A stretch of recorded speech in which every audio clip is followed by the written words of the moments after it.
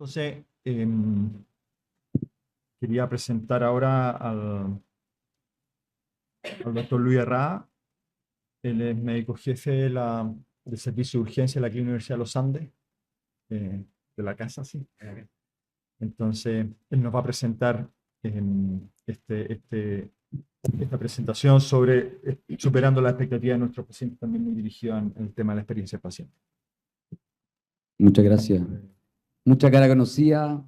Bienvenido. Sé que algunos se perdieron temprano en la mañana ahí buscando la sala, así que supongo que no ha sido una mañana tan fácil. Además parece que hubo un accidente aquí cerca y hay tacos, así que... esta diapo un poco tiene el sentido que es una declamación gigante, ¿no es cierto? Superar las expectativas de nuestros pacientes es algo que es como, wow. Me podría decir, quizás algunos de ustedes mismos piensan esto es imposible, ¿no? Hay algunas cosas que podemos hacer. Esta es nuestra universidad, ¿no es cierto? La Clínica Universidad de los Andes, y el propósito, que es esta determinación fuerte de hacer algo de la universidad, baja a la clínica. Y eso es importante en el día a día de lo que hacemos. Y tiene mucho sentido de cara a lo que les entregamos a nuestros pacientes. Somos una clínica que es docente asistencial, que busca la excelencia profesional, que tiene un afán de servir. Yo les diría que eso pone a los equipos en una disposición distinta a la hora de hacer algo. Y luego tiene un profundo respeto por la dignidad de las personas y tiene un poco el sentido de que esto une a hacer buena medicina. Es nuestra esencia y la repetimos continuamente. Algunas cosas, bueno, Pablo ya lo dijo, ¿no es cierto? 18 millones de consultas en los servicios públicos de atención en el año 2023, cifras del DEIS. De esos 5 millones son consultas infantiles. Un Hospital Salvador que tiene 45.000 consultas, Pota Central 90.000, probablemente las mismas consultas que tienen algunos servicios de urgencia privados del área oriente. Y aquí se da una cosa que es compleja, ¿no? Que es que el 50-60% de estas consultas son pacientes de baja complejidad. Entonces, esto es una realidad que si no la entendemos y no la enfrentamos desde ahí, al tiro genera un choque, es decir, que se queda afuera, no tenía que venir acá. Eso inmediatamente hay que quebrar esos círculos, es decir, son pacientes que vienen porque efectivamente aquí hay un sistema que invita a los pacientes a ir al servicio de urgencia. Ese es un problema mayor, es decir, por ahí por el año 2014, este 18 millones que seguía siendo ese volumen era casi el 46% de las prestaciones médicas del país. O sea, un gestor, digamos, es atroz, digamos, ese número. Es decir, cuando los pacientes tienen que ir al médico, no van a las consultas, van a la urgencia. Entonces, ese es un problema que se debe solucionar sin duda, pero la realidad hoy es esta.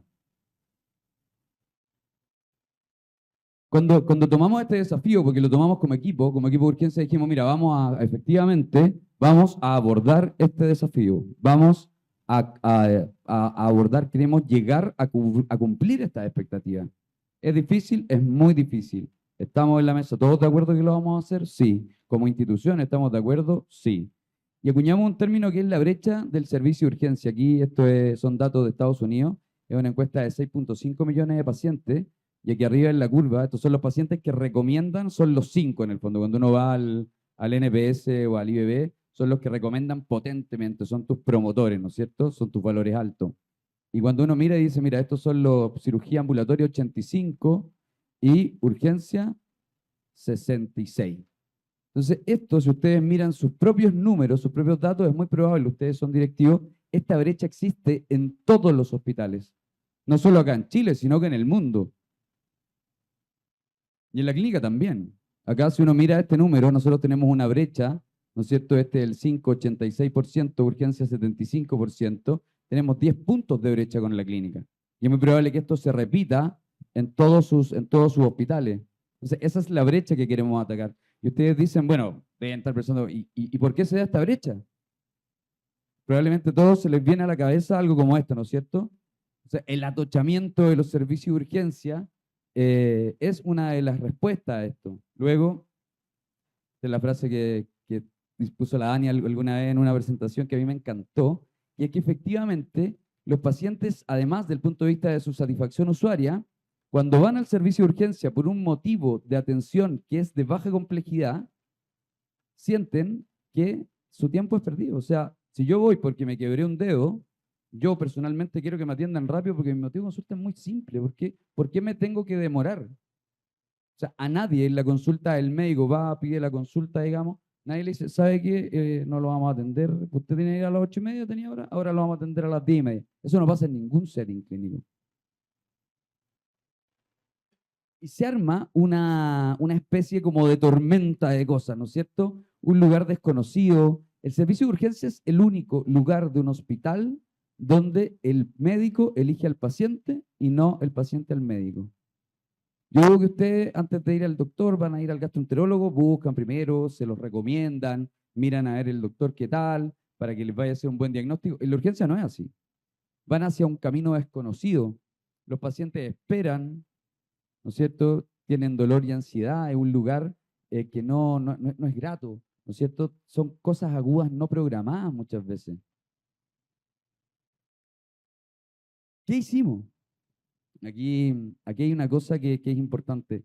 Lo que hicimos básicamente fue crear un modelo de atención que fuera continuo en el tiempo, que fuera diario y que fuera de largo plazo. Es decir, em, creamos una forma de trabajo, finalmente, para ir abordando esta problemática de manera continua, porque la problemática va a ser siempre, va a existir. Es decir, esto no va a desaparecer, siempre van a aparecer nuevas cosas desde el punto de vista de las expectativas de nuestros pacientes. ¿Y qué características tienen? Primero, tiene estándares y procesos centrados en el paciente, que eso siempre parece ser obvio, ¿eh? Pero no siempre es obvio. O sea, hay que ponerlo ahí, ponerlo en el centro. A lo mejor un monito con un paciente en la mitad de la mesa cuando estamos conversando, ¿no es cierto? Eh, Esto implica tener un diseño de la experiencia y para eso no trabajamos solo. Los médicos somos buenos para ser ingenieros, abogados, hay doctores que son un poco de todo, pero a veces hay que ponerse en el lugar de un clínico, que es lo que somos, y finalmente buscar apoyo de aquellos que son expertos. Y ahí en la clínica hay una gerencia de experiencia que nos ayuda a participar de esto, es decir, hacen el diseño final y llevan nuestras ideas y lo centran en el paciente y lo hacemos en conjunto. Wow, el segundo pilar son los equipos preparados y dispuestos. Y ya hace poco Pablo hizo una charla del compromiso y realmente es equipos dispuestos, preparados y comprometidos. Yo les diría que hoy el hito más clave desde el punto de vista de poder trabajar en equipo en los servicios de urgencia es tenerlos genuinamente comprometidos, es decir, tenerlos bien motivados. El hito de tener bien motivado a alguien y que le nazca esta motivación genuina por trabajar por este propósito que estamos planteando, que es la expectativa o la experiencia de los pacientes, es muy complejo, muy difícil. Ahí está un poco el arte. Nos encantaría medirlo, ¿no es cierto? La palabra en inglés es el engagement. Me encanta esa palabra, es muy elegante. Una organización motivada. Esto es fundamental. O sea, esto es lo que acaba de decir Pablo, es fundamental. Esto no se logra desde la urgencia. O sea, si uno arma como jefe de urgencia un modelo personal de, mira, yo lo quiero hacer, esto es institucional. Esto sucede en la urgencia, sucede en el MQ, sucede en el intensivo, en el intermedio, en toma de muestra, en todos lados. Tiene que ser una cultura que se respire en la institución. Y finalmente, logramos tener pacientes y familiares encantados, fidelizados, pero también buscamos alguna métrica de esto, ¿no es cierto? Buscamos cómo medirlo, que tampoco es tan fácil. A mí me encantaría tener un termómetro de motivación. ¿Cierto? Me dije, mira, ahorita ya tenéis 4 grados de motivación, hoy día hay 20. Y ahí les voy a mostrar una cosa que se nos ocurrió que es media especial. Bueno, ¿y qué hicimos? Hicimos un sistema de trabajo que tiene todos estos elementos, ¿no es cierto? Un diálogo diario, unas pizarras de comunicación, proceso de acompañamiento, reuniones de mortalidad mensual y un proceso de mejora continua. Ya, esto es un poco el hacer, es lo que hacemos en el día a día. Este es el diálogo diario. Este es unos minutos que son entre 5 y 10 minutos en la mañana, donde no frenamos la atención, dejamos una cápsula de personas afuera y los que no están en atención en ese momento vienen y hacen este ejercicio. Y acá, bueno, ustedes ven una foto en la práctica, pero aquí hay un momento del día donde todo el equipo se reúne y tiene tiene la misma línea. Los médicos, las enfermeras, los técnicos, la gente del rescate, todos tienen una cosa horizontal de poder opinar y definir sobre lo que está pasando. Aquí se opina y es estructurado. Los pilares del diálogo diario. Aquí atrás había una pizarra, que es esta, ¿no es cierto? Que es un poco el símbolo del cambio. Pero hablamos de los símbolos del cambio, esa pizarra, y aquí está en grande. Esta pizarra la creamos para partir con el modelo.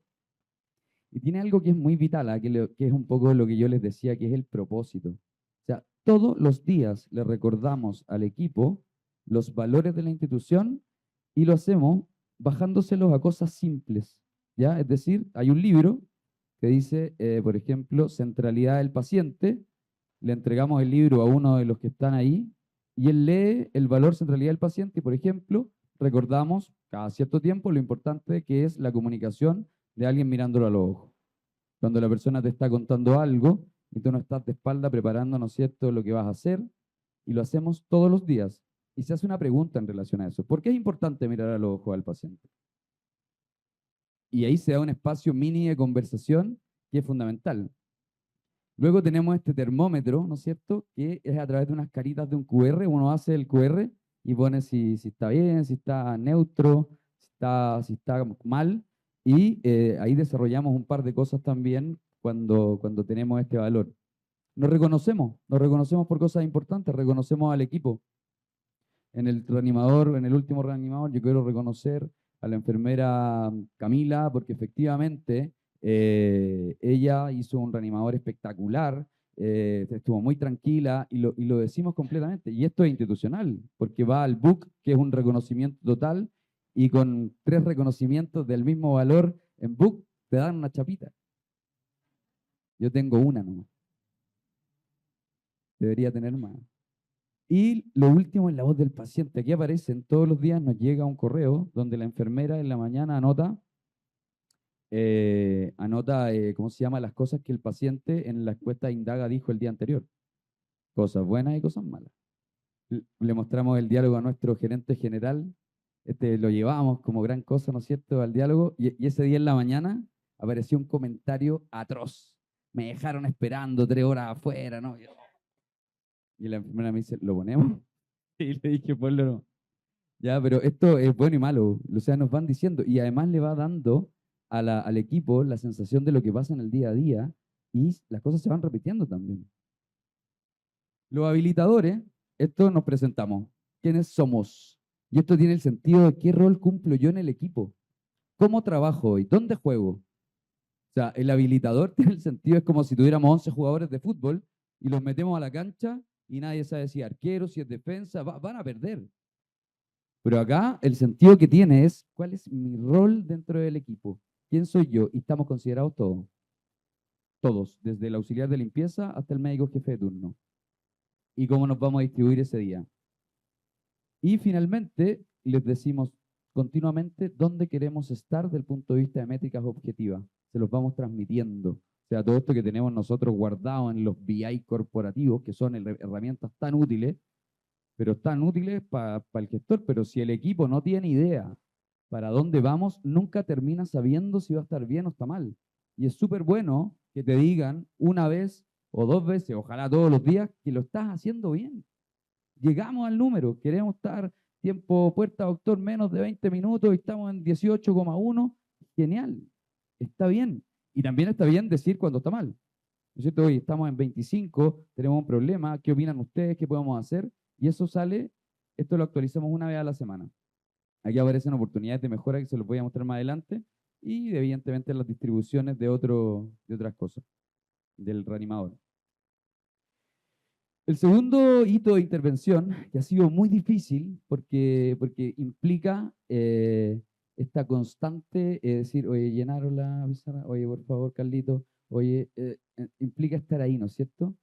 Y esto es todos los días y son intervenciones que uno empieza a ver cómo van creciendo y son lentas. A los médicos de urgencia no nos gustan las intervenciones lentas, nos gustan las intervenciones que son inmediatas. Adrenalina, se mejoró. Desfibrilación, vivió. Y por eso acá, cuando nos toca ser gestores, nos cuesta esto, porque ir mirando la iniciativa en el tiempo y una mirada más reflexiva no es difícil, a mí me es difícil. Esto fue hecho pensando netamente en el paciente, es decir, es anticiparlo continuamente en lo que viene y en lo que va a pasar. Algunos doctores lo usan para hacer dibujitos de las patologías, algunos le ponen algunas frases, algunos TENS les ponen frases motivacionales. Hoy será un gran día. Me encanta cuando hacen eso. Entonces, ¿quién te cuida? ¿Quién es el doctor? ¿Cuáles serán mis cuidados del día de hoy? ¿Qué medicamentos le vamos a poner en el fondo? Y aquí decidimos hacerlo la vía porque teníamos asumido que alguien dice, le vamos a poner un ketorolaco. Y después llegaba una enfermera con una aguja y nadie me dijo que me iban a pinchar. Para el paciente, un ketorolaco de partida, muchos probablemente a lo mejor no saben qué es un antiinflamatorio. ¿Ya? Eh, lo anticipamos en relación a tiempos. Eso es lo que más nos piden los pacientes. Yo quiero saber cuánto se van a demorar. Y, y no es que quieran que nos demoremos poco siempre, sino que lo que quieren saber es cuánto se van a demorar, más o menos.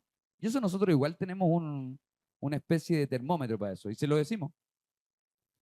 Acá tiene información específica del servicio, aranceles, y este QR ellos lo pueden mirar. Además tiene un sistema que uno cruza el dintel de la puerta y te llega esta misma información al mail. ¿Cómo me siento hoy para el paciente? Un poco una escala de dolor. Y esto está en todos los box del servicio de urgencia y estamos continuamente verificando que lo llenen. Hay momentos donde nos llenamos de pacientes y cuesta mucho hacer que todo el equipo lo llene. Ando repartiendo plumones ahí y ha sido una intervención que hemos ido poniendo a prueba. Esto también, el proceso de acompañamiento, algo que es fundamental. Hicimos con el equipo reuniones para saber qué queríamos que ellos hicieran con los pacientes. O sea, no desde el punto de vista técnico, es decir, cómo queremos que el médico reciba al paciente, cómo queremos que lo evalúe, cómo queremos qué diálogo le buscamos, le va a dar, cuáles van a ser los procesos, el médico, el TENS, la enfermera, todo el proceso. Y así queda un proceso de un diálogo sugerido y los comportamientos que buscamos. ¿Ya? Esto es vital, que se construya con el equipo. Nos demoramos un montón, casi 3 meses, pero se construyó con ellos. Hicimos que lo revisaran, lo entregamos, lo socializamos, recibimos los comentarios, lo volvimos a entregar, volvimos a recibir comentarios, finalmente queda en esto. Y este proceso de acompañamiento no es un documento que yo te entrego una vez y te digo esto es lo que hay que hacer, sino que los líderes, tanto de enfermería como médicos, vamos con el médico al box en un proceso de observación que es acompañada y que no tiene ninguna relación con la evaluación de desempeño, que es importante. Esto no estamos buscando, digamos, saber quién es bueno o malo. Estamos buscando analizar comportamientos. Un doctor que se para así, cuando está, cuénteme, es muy distinto a un doctor que está con el paciente, que lo está mirando a los ojos, que está atento a él. Y a veces hay cosas que traemos en nuestro ADN interno que no nos permiten comunicarnos o que pueden ser perfectibles y que nadie te dice. Y esa retroalimentación es inmediata, o sea, el médico va, hacemos el acompañamiento, lo sacamos 15 minutos con un café, le preguntamos cómo está, cómo se sintió, si le gustó, si no le gustó, y luego le damos algunas recomendaciones y queda esto registrado en una plataforma. Yo no sé cómo estoy de tiempo. 5. Reunión de Morbi-Mortalidad. Esto ha sido fundamental. ¿Ya? Citamos a todo el equipo completo, TENS, enfermeras, médicos, y decimos, hasta aquí levantamos los principales problemas que tuvimos, los pacientes graves, donde nos equivocamos, y lo levantamos abiertamente. O sea, en el fondo acá hay un proceso donde, este es un PCR pediátrico, ¿ya? Donde todos sufrimos finalmente y lo llevamos a la mesa, lo conversamos entre todos y llevamos a planes de mejora que son creados por el equipo. ¿Ya? Es decir, creamos soluciones desde la mirada de todos, no desde la mirada del jefe, sino desde la mirada de todos. Aquí todos opinan. Y aparece en este proceso de mejora continua. Yo le puse aquí una F así como para... Esto es público, es decir, si la máquina de café no llega, es porque no hicimos ni una gestión para que llegara, porque está en F1 y llegó la máquina de café al final. Entonces, yo voy avanzando aquí las mejoras con estos POSIT, pero van quedando, ¿no es cierto?, una plataforma de registro. Todo esto tiene un software de backup que nos da datos. O sea, todos los diálogos diarios se suben al software de backup, todas las mejoras continuas se suben a este software, entonces sabemos lo que vamos haciendo. Un poco de resultado. Número de diálogos diarios. Partimos en enero del 2024 como avión. Todos los diálogos, vino el invierno, nos desmotivamos. Fue interesante eso, ¿no es cierto? Porque miramos y resulta que los diálogos diarios se estaban haciendo. Lo que pasa es que el enfermero no los subía porque efectivamente la carga de atención era muy alta. Entonces tuvimos que volver a hacer una intervención para que efectivamente pudiéramos subir y que subieran los diálogos diarios. Aquí aparece cuando yo, con Ignacio, que gerente de experiencia nuestro que está acá, hemos tenido largas conversaciones de la felicidad, la neutralidad y lo triste de las personas. Y fíjense que cuando partimos teníamos un 82% en el primer trimestre en marzo, y en el último estábamos en 74%. Esto es algo que no tiene una medida, no hay un estándar internacional de felicidad en los servicios de urgencia. Pero es interesante ver que cuando dejaron de poner los diálogos, claramente nos pegamos un salto de 10 puntos, digamos, en felicidad y en el número de comentarios. O sea, en el fondo es interesante. Eso estamos mirándolo. Los acompañamientos nos lo guían de arriba. O sea, como tenemos que registrar el acompañamiento en Javi, nos dice, ¿usted cuánto hizo los acompañamientos? Esto en septiembre. O sea, yo tengo la meta de 5 y hice 3. Entonces, a ver, doctor, o sea, 3. En el fondo, esto es una meta, son metas posibles que nos fijamos y yo siempre cuando partimos, no, yo voy a hacerlos todos el primer mes. No, no, doctor, bajemos la expectativa, haga 5 primero. Y aquí estamos. Esto aparecen comportamientos a reforzar de los mismos acompañamientos y nos van sugiriendo ellos. En el fondo, la gerencia de experiencia nos va sugiriendo qué tenemos que reforzar también en nuestro equipo. Hemos hecho 86 procesos de mejora, hemos completado 78, tengo 6 atrasadas y 2 pendientes. Y esto también es algo que me va siguiendo. Me llega un correo y me dice, ¿usted le puso esta fecha, esta mejora? Y no la ha hecho. Y todos los días me manda el correo a la plataforma. No se siente como incómodo. Y finalmente, bueno, este indicador que es el IBB, tuvimos un muy buen colchón de IBB después de la intervención durante los periodos de abril y mayo, y después la verdad es que se normalizó bastante. Y ahí nos quedamos con la idea un poco de lo que tenemos que hacer todos los días. El IBB para mí siempre ha sido una cosa interesante, es decir, es un indicador que a mí me mueve porque lo relaciono mucho con la satisfacción de nuestros pacientes, con un poco esta atención cálida, eh, malamente llamada quizá humana, ¿no? Pero, pero en la práctica esto es una medida que yo creo que no lo es todo, y creo que la medida más importante y la que hoy día me gustaría tener y que no tengo, es la medida del compromiso, de la motivación genuina, de cómo hacemos que la persona que trabaja contigo todos los días esté correctamente motivado, o sea, correctamente desafiado, ni sobre desafiado ni subdesafiado, que esté en este camino donde está contento, está tranquilo y siente que es parte. Y eso es como el compromiso y eso no lo tengo. Así que por mientras hacemos esto todos los días. Tenemos un propósito de superar las expectativas de nuestros pacientes, promovemos el compromiso de nuestro equipo con este propósito continuamente y lo hacemos de manera sistemática y todos juntos. Muchas gracias. Quería dar la palabra si es que alguno tiene alguna pregunta, algún comentario. Hay una pregunta. Lucho. Sí. Oye, bueno, fantástico tu Pero, trabajo y felicitaciones. muchas gracias. Yo creo que en general los que trabajamos en urgencia, y tú lo dijiste, tenemos claro que el tiempo es determinante en cómo nos evalúan. Y evidentemente cuando 70% de tu consulta es banal, probablemente el tiempo hay que dedicarle un proceso, dentro del proceso de atención a esa banalidad y no puede quedar olvidada a propósito de los, como tú decías, lo que nos gusta, que es la adrenalina y la desfibrilación.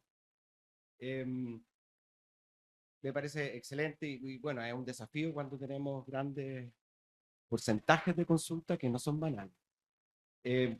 Pero lo que creo que tu trabajo y lo que mostraste tiene un impacto muy positivo en el grupo de personas que trabajan.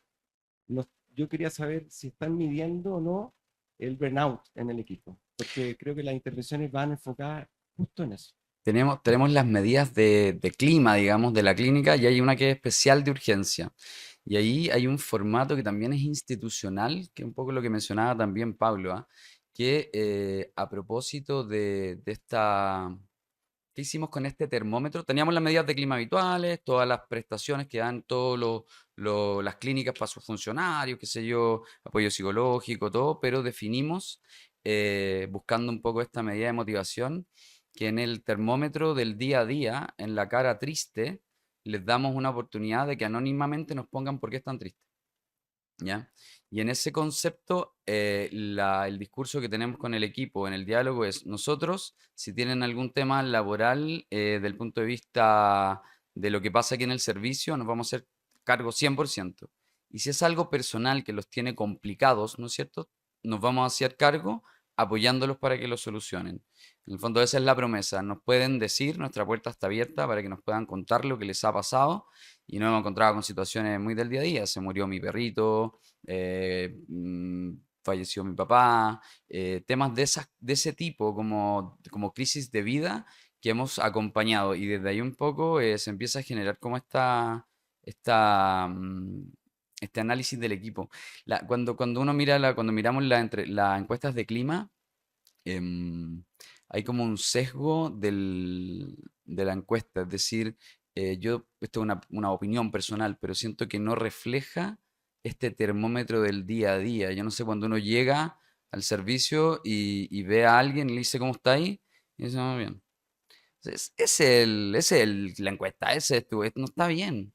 Y uno siente, digamos, también eso. Hace poco teníamos una conversación con el equipo, con la mesa de coordinación, que nace esto de hacerse cargo del sentir de las personas. Es decir, yo siento que mi equipo está desmotivado. Entonces, ya, ¿y por qué sentimos eso? Por esto. ¿Cómo lo medimos?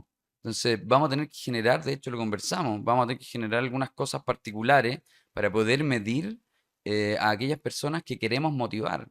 Porque también hay la cultura del desechable, ¿no es cierto? Porque alguien podría decir: bueno, este no sirve, digamos, o sea, bueno, si está ahí, si está trabajando en urgencia, él está metido, po. Entonces, no, po. En el fondo tenemos la misión hoy día de cuidar al equipo, y eso yo te diría que está un poco más allá de, creo yo, de las medidas.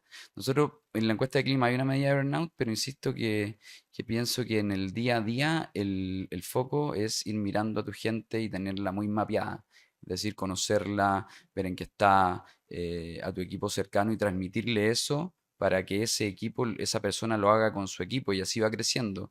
El equipo, por ejemplo, el equipo de pediatría tiene un equipo que es súper unido, que era un súper grupo cuando yo llegué, y es perfectamente porque el liderazgo de ese equipo está preocupado básicamente de conocer a las personas desde su casa, su familia, qué le pasó, qué no le pasó. Yo diría que ahí está como la magia del liderazgo en ese aspecto. Aquí viene y otra pregunta. Muchas gracias. Buen día, muchas gracias por la Hola. presentación, muy interesante. Una consulta respecto de indicadores, por ejemplo, para medir el impacto, ¿tienen cifras de rotación? ¿Si ha habido variación en esas cifras? ¿De rotación de personal? Sí. Sí, sí. Yo no tengo esos números en la cabeza, a lo mejor Ignacio los tiene, pero sí se mide rotación, y por lo menos la rotación del equipo médico es prácticamente cero. O sea, y el resto, no sé, Lores, ¿tú tenías ese número? Yo no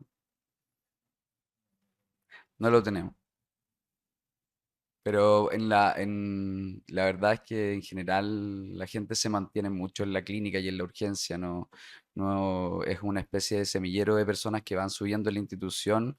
En el estamento de enfermería, lo que hacen es que van, digamos, hacia la gestión de cama, vamos promoviendo, y los médicos llevan años ahí. De hecho, cuando yo llegué, que llevo 2 años, hay médicos que tienen desde que nacieron en la clínica, digamos, 10 años en la clínica. ¿Nos queda tiempo para una más?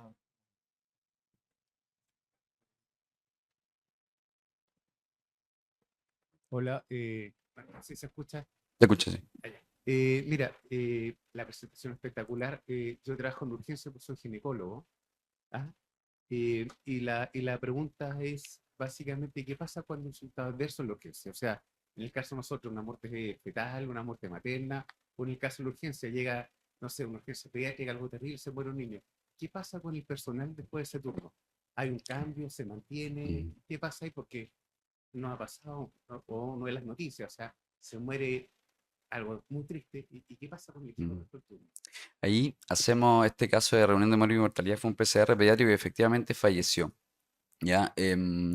Hacemos en el momento una intervención inmediata. O sea, en el fondo se detiene la atención para ese equipo, se hace un acompañamiento que son primeros auxilios psicológicos desde el punto de vista de reunir al equipo y evaluar cómo está, no en lo técnico inicialmente, sino que en lo anímico, cómo lo sintieron, cómo fue el proceso. Es un proceso, eso tiene que ser liderado de manera por alguien que sepa hacerlo, digamos y genera, digamos, que el equipo baje un poco el nivel de emocionalidad ahí y se pregunta si alguno está en condiciones de no continuar con el turno. Eso lo hacemos. Luego viene un periodo donde se analiza el caso en lo técnico y ahí se abre la discusión. O sea, acá es la reunión de Morbi y Mortalidad está construida en dos formas.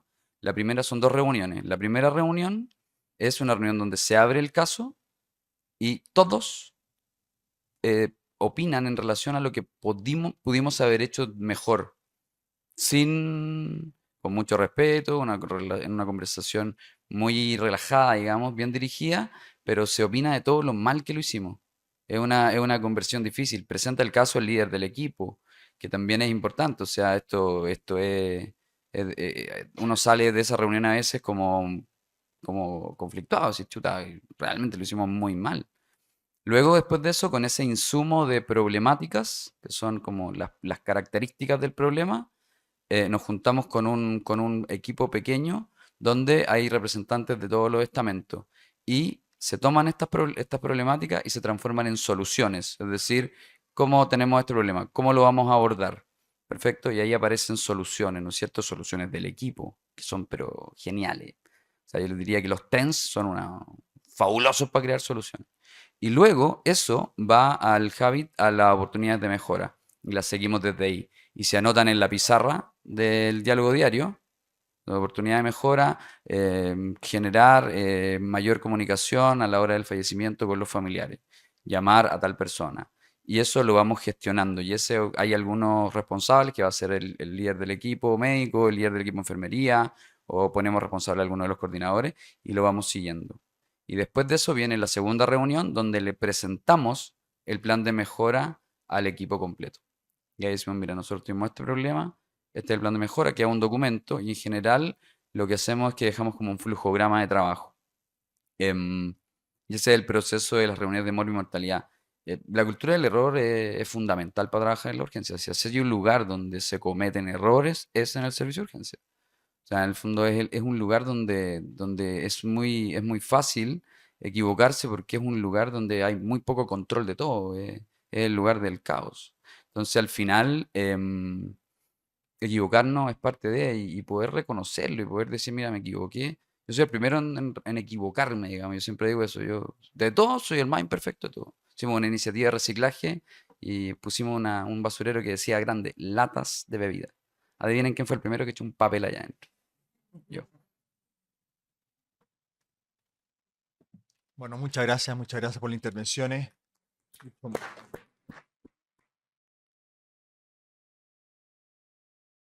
Yo le quería agradecer, bueno, aparte de la presentación, les quería agradecer de verdad la intervención. Yo creo que este diálogo es bien interesante. De hecho, yo por lo menos yo, claro, yo soy de la clínica y ya nos dejaron así, bueno, al director de experiencia paciente que está ahí, ya le dijo, oye, cómo medir, no sé, el burnout por la pregunta, no sé qué, el otro, chuta, parece que al doctor Luis Herrada tenés que ver los índices de rotación, porque es un índice que tiene, pero claro, está escondido en la oficina de recursos humanos, como quizás tenerlo, bueno, nada, súper interesante, así que se lo agradezco. Ahora quería dejar con usted la tercera presentación de este módulo de urgencia, que nos la da la doctora Daniela Silva, que ella es médico jefe del Departamento de Urgencia de la Clínica Alemana, y que nos va a hablar de los modelos de telesalud en urgencia.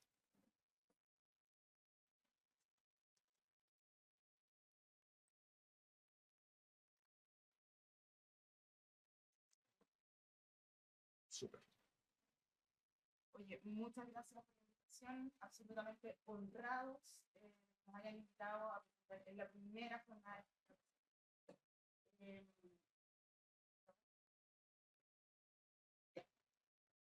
Eso, estamos súper orgullosos y honrados de que nos hayan invitado a participar en esta primera jornada. Así como lo decía Lucho Ra, como yo lo conozco, sí, sí, la urgencia es el laboratorio del error, el laboratorio del error. Pero como es el laboratorio del error, también es un laboratorio de innovación. Y de eso queremos hablarle un poquito hoy día. Ya.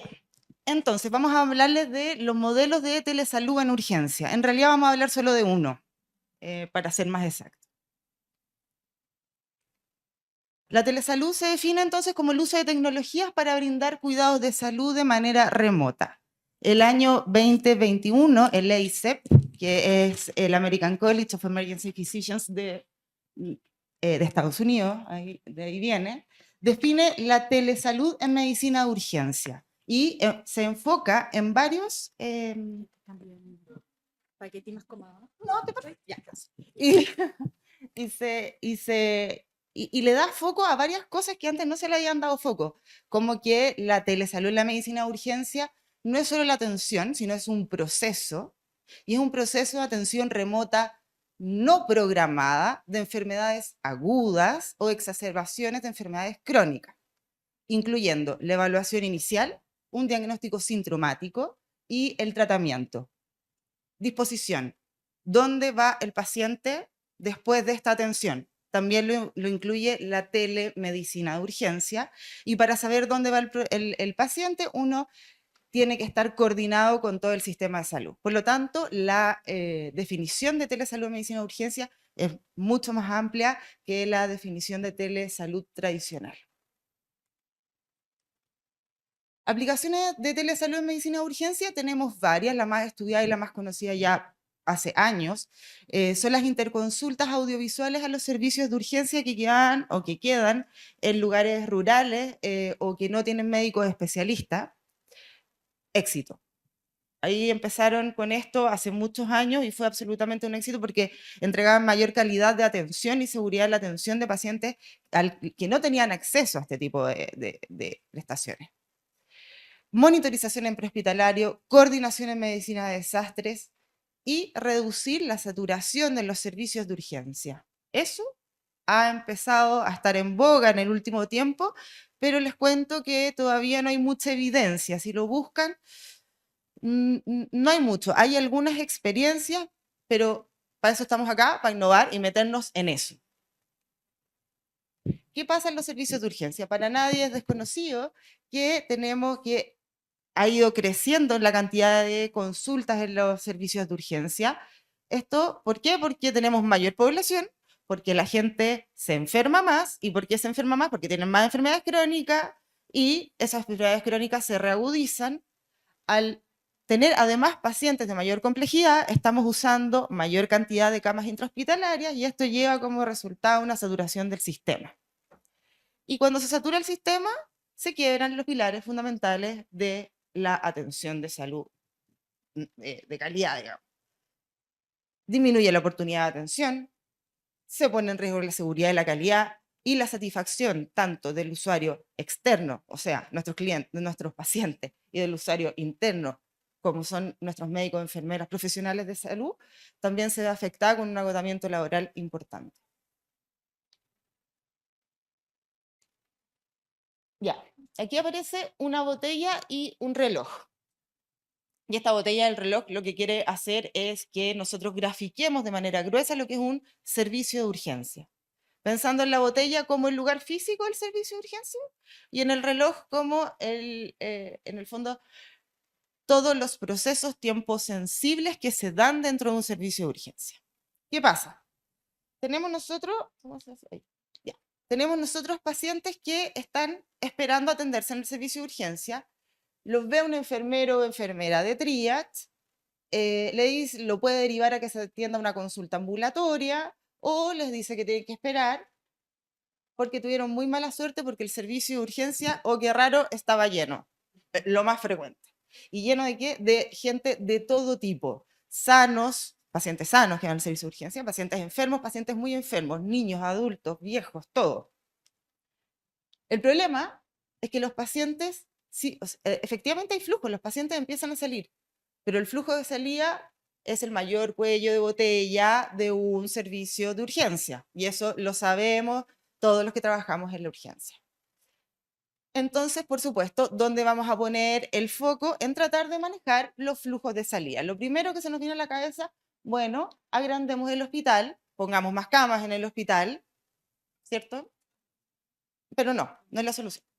Y sabemos que no es la solución, eso está súper demostrado. La verdad es que mostrar literatura sobre eso sería una pérdida de tiempo en este momento. Lo que sí ha resultado, y ojalá todos podamos explorar más, es la hospitalización domiciliaria. Ojo ahí, será para otra presentación. Entonces, ¿qué pasa? Se acabaron las horas de consulta ambulatoria. Los pacientes que están esperando ya no son 3, aumentan, y aumentan, y aumentan, y se enojan, y empiezan a hacer escándalos disruptivos fuera del servicio de urgencia, y entre esos pacientes se diluyen los pacientes que están más enfermos, y son los menos molestos, probablemente, que era un poco lo que hablaba el doctor Herrera, los pacientes de alta complejidad. ¿Qué empieza a pasar? Riesgo. Los pacientes se empiezan a ir sin atención. Y una práctica que yo, de verdad, les digo, no había visto en Chile en los últimos años, y que ahora, el último año, he visualizado que se ha hecho muy frecuente, es el declarar: no tengo camas, no tengo reanimadores, por favor, lleven a los pacientes a otros lugares, a otros servicios de salud. Eso yo no lo había visto antes, y ahora lo estoy viendo. Y riesgo. O sea, estamos declarando que no tenemos la capacidad de atender a los pacientes que deberíamos estar atendiendo, incluso a los pacientes más graves. ¿Bien? Alertas por todos lados. Horrible esta diapositiva, yo creo que es la lámina más fea que he hecho en cualquier presentación que he hecho, pero es que es así es una urgencia, es un caos, y a nosotros nos gusta vivir en el caos y estamos súper contentos, pero no por eso vamos a dejar que la cosa siga así por siempre, porque no tendría ningún sentido de eficiencia tampoco. Entonces paso de lleno a contarles la experiencia en telesalud de la clínica alemana, que es donde yo trabajo. Al año 2022 nosotros tuvimos más de 188.000 atenciones en el servicio de urgencia. De esos, el 7% se hospitalizaba. El resultado: elevados tiempos de espera, bajo índice de satisfacción usuaria y personal médico desmotivado, porque adivinen, la mayoría de los pacientes que veíamos los médicos, enfermeras, eran pacientes de muy baja complejidad. El 70% no ocupaban recursos o solo ocupaban un recurso. Entonces, ¿qué pasa? Sí, sorpresa. Hay un grupo importante de pacientes que podrían haber evitado acudir presencialmente a los servicios de urgencia. ¿Sí? ¿Y qué es lo que valoran nuestros pacientes, tanto los de alta como los de baja complejidad? Valoran una oportunidad de atención expedita y resolutiva. ¿Cuál es la diferencia? La diferencia es que los pacientes de alta complejidad, para los pacientes de alta complejidad, esta necesidad, o sea, esto es una necesidad. En cambio, para los de baja complejidad, es un deseo. Y esto no significa, por favor, que no tengamos que atender a los de baja complejidad, como decía Lucho. Tenemos que atender a los dos. No podemos quitarle oportunidad de atención a los de menor complejidad por darle más oportunidad al de mayor complejidad. Estamos en un problema. ¿Y cuál es el problema, entonces, de ofrecerle a todos atención presencial por igual? Dos grandes problemas. Uno, entran en la competencia por oportunidad de atención. Y lo segundo es que ambos sufren de insatisfacción, ¿verdad? Los problemas más importantes en los pacientes de alta complejidad por esta competencia es que disminuye la oportunidad de atención, por lo tanto tenemos mucho más riesgo y insatisfacción, y en los pacientes de baja complejidad tenemos insatisfacción, porque aquí era lo que de nuevo decía el doctor Herrada, la espera para los pacientes de baja complejidad es considerada un gasto de tiempo. El paciente le da mayor valor a su tiempo libre que al tiempo de espera, porque si tiene una enfermedad que se puede ser, según el paciente, resuelta rápidamente, no quiere gastar ese tiempo de no producción esperando en una sala de espera de un hospital. Y entonces no obtienen lo que quieren en el momento que ellos consideran que es prudente, o en el tiempo que consideran que es prudente. Nos metimos en la psicología de la espera, decíamos, ¿y por qué nuestros pacientes están viendo que el tiempo de espera está tan largo? Porque los pacientes de menor complejidad son justamente los pacientes que más se enojan, los más insatisfechos, los que nos evalúan peor. Vimos que los pacientes percibían tiempos de espera más largos cuando estaban desocupados en la sala de espera, cuando ellos veían que su espera era injusta. Un paciente de baja complejidad siempre va a encontrar que su espera es injusta, porque va a ver cómo otros pacientes que incluso llegan después que él, entran primero. Y el paciente te lo pregunta, las enfermeras de triage te lo dicen, o sea, y se enojan mucho por eso. La espera es incierta. Nosotros solucionamos este problema y decimos, mire, usted según su categorización debería ingresar en media hora. Sin embargo, pueden llegar pacientes que son más graves y su tiempo de atención de espera se podría prolongar. O sea, no hay nada menos incierto o más incierto que eso. Y vuelvo a ver. Las esperas no explicadas, las esperas solitarias y las esperas incómodas. Ningún servicio de urgencia tiene una sala de espera cómoda, por muy linda que la podamos tratar de arreglar, ¿verdad? Entonces, el año 2022 nos dijimos, vamos, y esto fue con mucha convicción, convicción, con mucho susto, asumiendo los riesgos y con un ímpetu de innovación, nos vamos a meter en un campo que no está explorado aún en nuestro país y que está muy poco explorado en el mundo.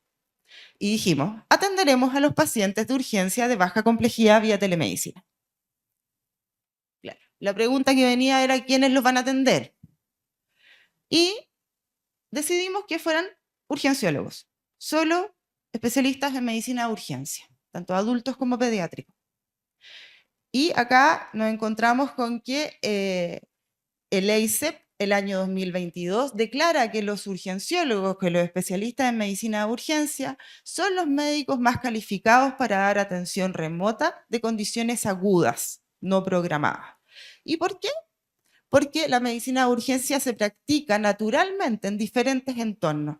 Por lo tanto, un entorno diferente remoto no es una diferencia. O sea, no le va a provocar una dificultad al médico de urgencia. Porque durante nuestro entrenamiento en la especialidad, la evaluación de riesgo en ambientes de incertidumbre y con elementos limitados es un elemento central. Porque los urgenciólogos tienen un enfoque de equipo, quizás no porque sean súper buenos trabajando en equipo, sino porque tienen siempre que estar trabajando en equipo. Tienen relaciones con múltiples especialistas de toda el hospital, con todos los estamentos y, muy importante, la gente que trabaja en la urgencia tiene un conocimiento acabado de la gestión de flujos de todo el hospital.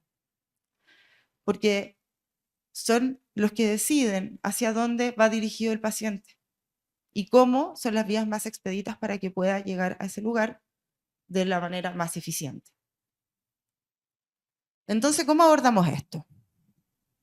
Primero conceptualizamos la propuesta, después evaluamos si es que había cobertura previsional, vimos las consideraciones legales, hicimos un estudio profundo de la data. Formamos un equipo multidisciplinario, Data y Analytics, TI, UX, soporte digital, gerencia de servicio ambulatorio, todos los médicos, todos los enfermeros TENS del servicio de urgencia. Evaluamos y mejoramos procesos que ya estaban instalados, culturizamos, capacitamos intensamente, subrayo intensamente. Esto fue un cambio cultural para todos. Y estandarizamos a través de protocolización. Finalmente pudimos implementar. La propuesta del concepto entonces es establecer la telemedicina de urgencia como una herramienta de solución eficiente a un problema de salud que hasta ahora no había sido resuelto. Consideraciones iniciales, año 2022, en el libro de modalidad libre elección de FONASA, la teleconsulta ya está codificada, estamos. Decreto número 6 del año 2021 ya regula las acciones y prestaciones vinculadas a la atención de salud remota. Estamos. No fue tan rápido, pero sí. Data, profunda data. Ya teníamos nosotros datos habituales que revisamos de nuestros pacientes, distribución de todo, distribución de horaria de la urgencia general, de las atenciones de la urgencia general, teníamos la tasa de pacientes que se iban sin atención, pero no lo teníamos por distribución de grupos. Entonces empezamos a ver, hicimos la diferencia de qué grupos no usaban recursos, usaban un recurso, usaban más de dos recursos, y cómo se distribuían estos en el tiempo. ¿Ok? Después ya nos pusimos, aquí ya no sé nada. Pero esta es una esto es una de las tantas hojas y datos que revisamos, pero aquí básicamente lo que hicimos fue revisar satisfacción usuaria, tiempo de espera, paciente, o sea, por paciente, por día, por mes, por hora, por previsión, por todo lo que se puedan imaginar. Todo. Hicimos cruces, hicimos correlaciones. Y después que dijimos, sí, los pacientes de baja complejidad no nos quieren. No nos quieren, ellos son. Trabajamos con User Experience, que es experiencia usuaria, UX, gran equipo UX de la clínica donde yo trabajo. Ellos se encargan de todo el diseño visual y funcional, la usabilidad, la accesibilidad, la funcionalidad y evaluar la emoción y la satisfacción de los pacientes. Primero investigaron, ellos se ahondaron mucho en la experiencia y los dolores de los pacientes para recién poder crear un MVP, un producto mínimo viable. Perfilaron al paciente, observaron en terreno, hicieron un benchmark gigantesco y vieron toda la data de NPS por las diferentes categorías. Después empezaron a hacer diseño. Diseñaron maquetas y maquetas y maquetas con iteraciones. Hicieron eye tracking con inteligencia artificial hasta que llegaron a la versión final. Y test de evaluación de usuarios también potentes. ¿Para qué? Para que identificáramos precozmente los errores de usabilidad y poder corregirlos inmediatamente durante el proceso de diseño.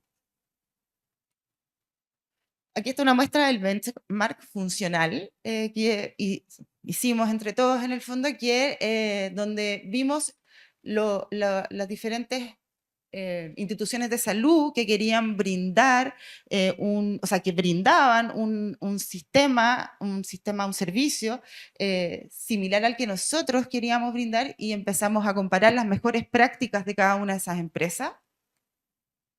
Luego vino la etnografía, que es el proceso por el cual el equipo de UX se embebe de la cultura del paciente, y para eso ellos tienen que vivir en la urgencia. Entonces tenemos equipos de diseñadores y de ingenieros que se van a vivir a la urgencia durante semanas y se sentaban con la enfermera de triage. Algunos se desmayaban, había que sacarlos cuando llegaban los pacientes, algunos salieron medio traumados, pero todo esto se hacía de forma muy metodológica, con pautas de observación, con registros y reportes diarios. Después vino el trabajo, el diseño, que es un codiseño con todo el equipo de salud. Aquí participaron urgenciólogos, pediatras, enfermeros residentes, diseñadores. Y estos fueron los primeros bocetos de nuestra página de teleurgencia. Así nació. Acá está, puse la maqueta 1 y la maqueta 3 porque son las que puedo mostrar porque son las más decentes, el resto no eran tan decentes, no eran tan bonitas.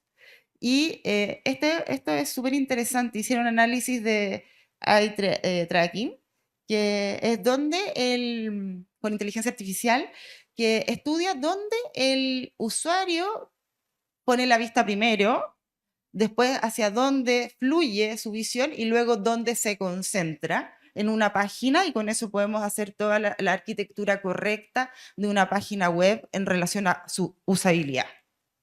¿Y cómo quedó el resultado? Aquí está. Esta es nuestra página. Lo que hacemos nosotros es ofrecerle a los pacientes este nuevo modelo de atención adulto pediátrico y le decimos a través de un autotriage, porque puede consultar cuáles son los motivos de consulta por los que puede acceder a la teleurgencia, y además hacemos una alerta de por cuáles motivos de consulta debería ir inmediatamente al servicio de urgencia y saltarse la teleurgencia. Esto es un poco lo mismo.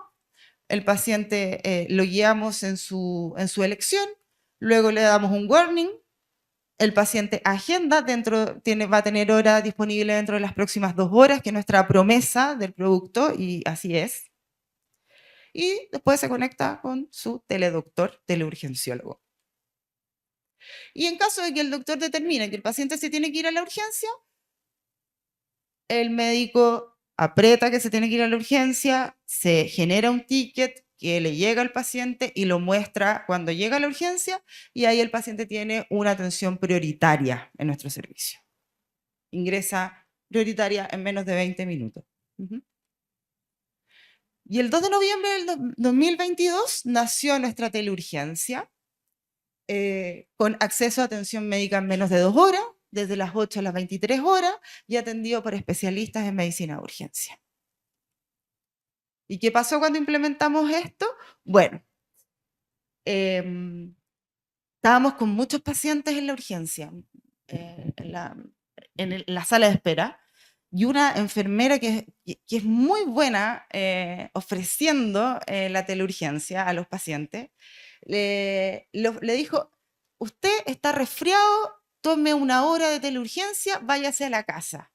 Le mostró cómo se hacía y el paciente le dijo: no, quiero esperar aquí. Bueno, llevaba esperando como 15 minutos y de repente nos dimos cuenta que el paciente se estaba atendiendo por teleurgencia desde la sala de espera. Y fue como, no. Y sí, y después, no, oye, sáquenme, me voy, sáquenme porque ya me atendí. Después, eso fue como anecdótico, ¿no? Risa, no sé qué. Después empezamos a ver que se iba haciendo cada vez más frecuente y finalmente lo vimos 2 veces en la cafetería de la clínica. Ya, pues no había privacidad, no, nada. Y creamos nuestro telebox, un box de atención telemática, que la verdad ha sido una muy buena alternativa para esos pacientes que sí llegan a la urgencia, pero que aceptan atenderse de forma telemática. Se mueve esto, no sé. ¿Cuál es el impacto? Para ya ir terminando con esto. Hemos atendido más de 22.000 pacientes por esta modalidad de atención, por este canal de atención. Y hoy día la teleurgencia constituye el 20% de las atenciones telemáticas de nuestro centro. La teleurgencia corresponde al 7% del total de atenciones de urgencia. Esto es del año 2022.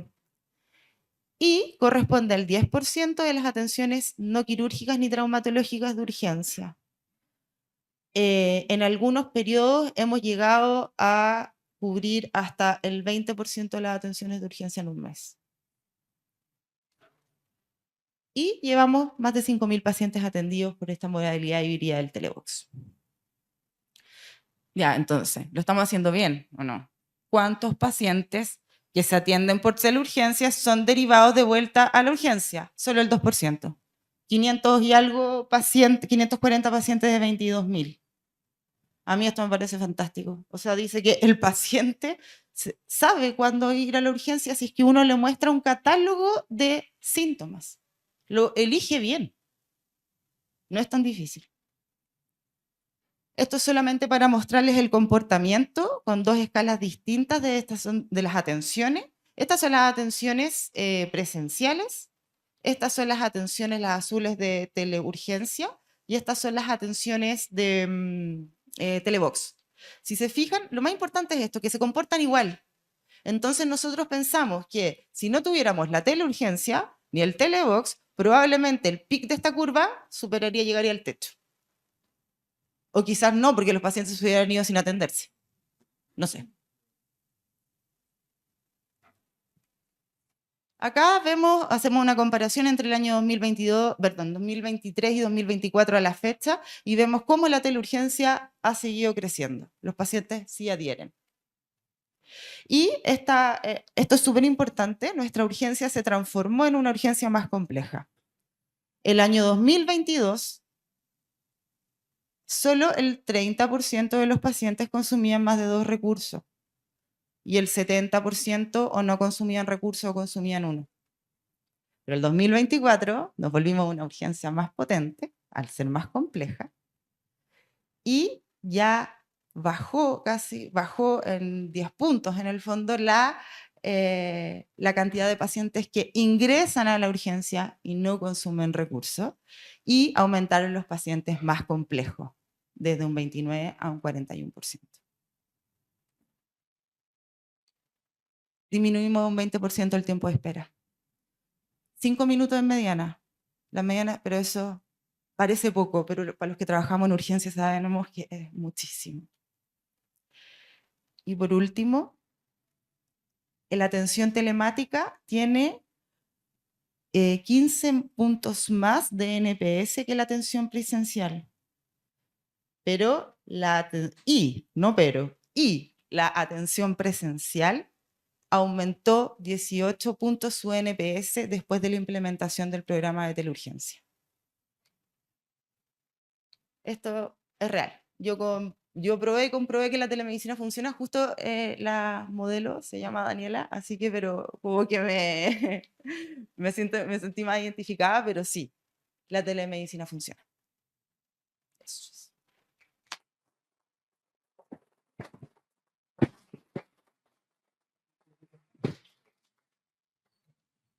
Muchas gracias, Daniela. No sé si hay alguna pregunta. Ya.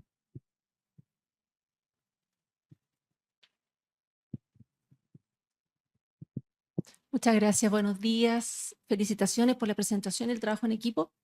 Olga Moraga por acá. Quisiera preguntarle, doctora, si están trabajando, pensando, o ya lo tienen, publicado esta iniciativa. Y la segunda es si ustedes, en qué forma o cómo lo hicieron, apoyándose con la gestión del cambio, ya que habló de un cambio importante en la cultura de la organización. Todavía no lo publicamos, estamos tratando de explotar más datos que sí tenemos disponibles, pero que hasta ahora no hemos explotado. Y la idea claramente es publicar la experiencia, tanto desde el mundo administrativo como desde el mundo médico, en 2 publicaciones diferentes. Gestión del cambio. Gestión del cambio, sinceramente, no fue muy partícipe de la culturización del equipo. Lo hicimos más como de manera interna. Y creo que podría haber sido un gran aporte, sobre todo porque nos costó mucho que enfermería adhiriera a esto, siendo súper sincero. ¿Y por qué nos costó?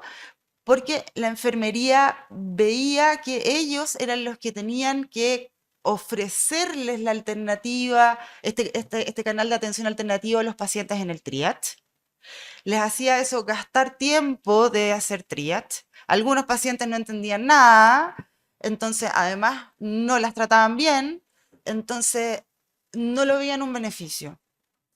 Y lo que hicimos fue que el resto del equipo, o sea, empezamos a educar a nuestro equipo en los beneficios, y que no eran beneficios para el médico, sino que eran beneficios para la enfermería, para el triage, para la urgencia y para la institución.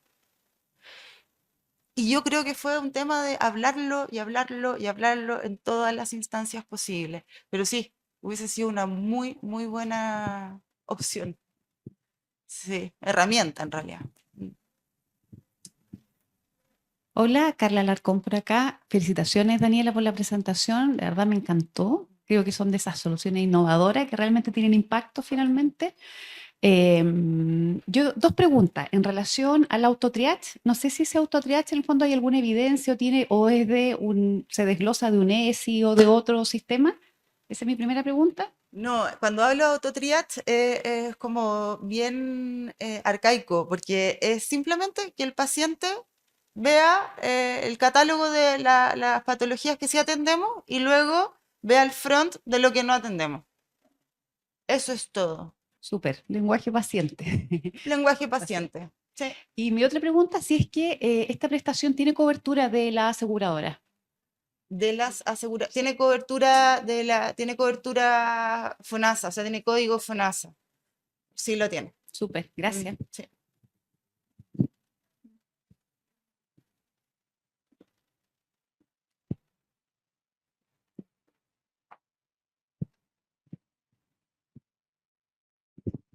Gracias. Doctora, bueno, felicitaciones por el producto. Justamente quería preguntarle por eso, desde el wireframe, son los bosquejos que ustedes hicieron hasta el lanzamiento de producto, ¿cuánto tiempo pasó? Y hablaba de las iteraciones, si ustedes participaron en esa iteración y cómo fue el modelo finalmente con el equipo. Partimos en junio del año 2022 y lanzamos en noviembre del año 2022. Fue un trabajo, fue una experiencia increíble que a mí en lo personal me hizo cambiar la forma de trabajar, no solamente como médico, sino como trabajar en una institución. Porque fue súper interesante ver cómo cómo todas las miradas podían converger en el paciente de diferentes ángulos. Y con eso podíamos crear el mejor producto posible para el paciente. Nosotros, o sea, como médicos, tuvimos que entender cómo ellos hablaban, los de experiencia tuvieron que entender cómo nosotros hablar y hoy día, de verdad, parece medio emocional, pero se crearon relaciones de amistad y colaboración súper estrechas entre el equipo de producto digital y el equipo de urgencia.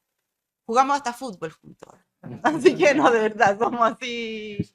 Sí, no, y hablamos ya en términos comunes, y es chistoso. Si me dicen, ya soy mira, yo creo que opinan de tratamientos. ¿Cachai? Opinan, ¿no? Yo creo que tenemos que cambiar esto, porque los pacientes en esta época ya no vienen tanto por dolor abdominal, no tengo... Sí, entonces... Y así al revés también, pues uno también como médico se cree de repente diseñador y no me gusta el rojo, no, el rojo no... Y así, no, bien, súper bien. Buenos días, doctora. Muy buena presentación. Referente al alcance que usted mencionó, que esto podía tomar desde lugares rurales donde faltaban las especialidades, ¿es posible o se ha explorado la posibilidad que se tome desde el extranjero también? Una teleconsulta, una videollamada. Tenemos varios pacientes, les quería yo traer ese dato, pero justo tuvimos un problema en el sistema y se cayeron esos datos, entonces sería mentir cuánto efectivamente. Pero tenemos varios pacientes, mira, tenemos experiencias de esto. En las vacaciones los pacientes se atienden del extranjero, sí o sí. El problema son las recetas, porque las recetas nuestras no les sirven en el extranjero. Entonces ya estamos explorando qué podemos hacer con eso, porque tenemos pacientes que están en otras clínicas hospitalizados y de repente se atienden por teleurgencia para una segunda opinión. También eso ha pasado. Así que la verdad es que se atienden desde... No voy a decir qué clínica. No voy a decir... Ya, puedo decir que no era una clínica acá, de acá de Santiago. Así que ninguno de nosotros está involucrado. Eso es trabajo en equipo. Sí, sí, es trabajo en equipo. Así que sí, se atienden mucho de afuera. Tenemos el caso de un paciente, de hecho, que se atendió, un hombre de 50 años que vino de viaje a Chile de vacaciones, se fue a atender a la urgencia de la alemana por algún motivo, conoció que existía eso, se fue a su país y empezó con dolor abdominal, qué sé yo, y le salía más fácil atenderse por teleurgencia desde Estados Unidos. Un hombre que no hablaba nada de español. Por los síntomas, el doctor de la teleurgencia le mandó a hacer unos exámenes y los exámenes salieron muy malos. Tenía un cáncer de próstata metastizado por todos lados y el hombre decidió viajar a Chile y manejar su cáncer acá en Chile por la confianza que le había dado que una atención telemática. Sí, eso queríamos reportar ese caso. Yo puedo contarlo porque me llegó también de un cercano, entonces no estoy exponiendo al paciente. Pero sí, hoy día se vino a Chile a vivir a tratarse el cáncer por la confianza que le dio. Sí. Vamos con la última pregunta. Acá, hola, Macarena Zapata. Esta es la segunda vez que la veo esta presentación. La anterior fue en un foro que hicieron de la alemana de calidad. De la IGI, Sí, sí. Y bueno, y me fui con la idea, yo trabajo en hospital, en el hospital de Melipilla, y me fui con la idea de cómo esto llevarlo a un hospital público.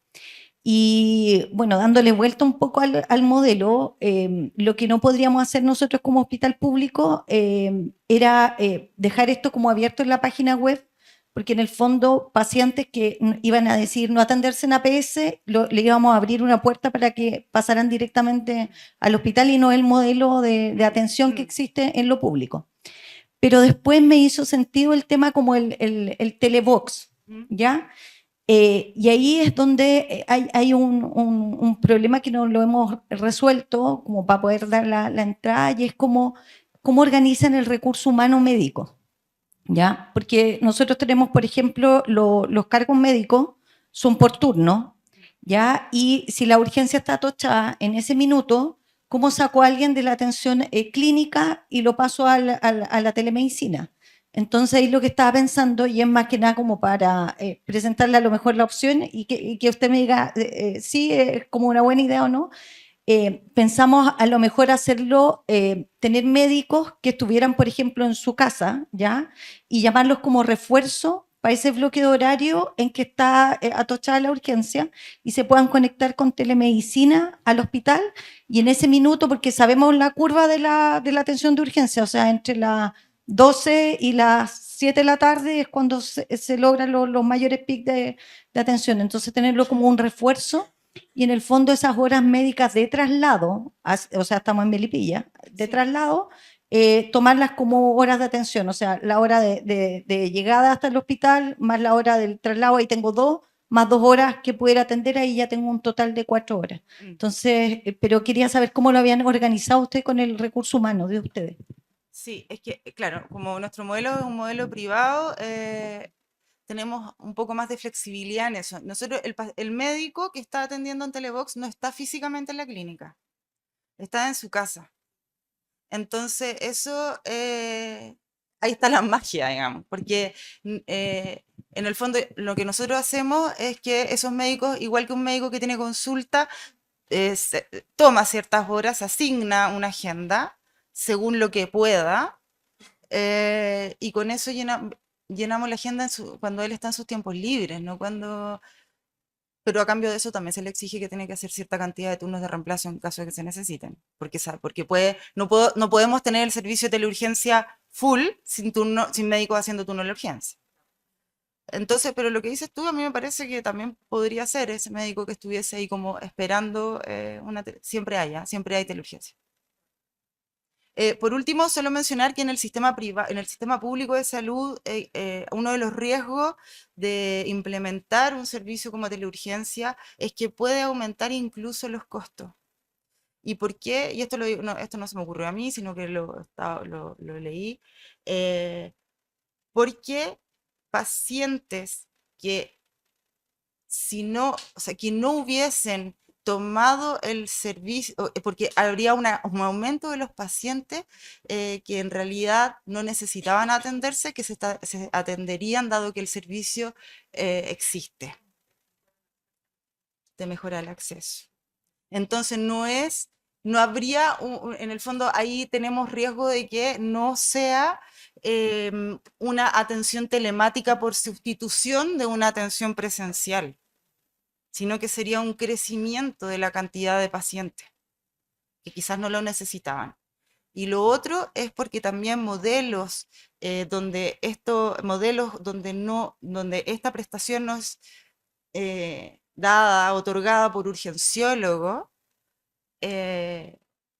hace que puedan aumentar los costos en salud, porque la incertidumbre hace que el médico pida más exámenes de laboratorio o exámenes, imágenes, y que cite al paciente varias veces a control, lo que no se ha visto en los modelos con medicina de urgencia.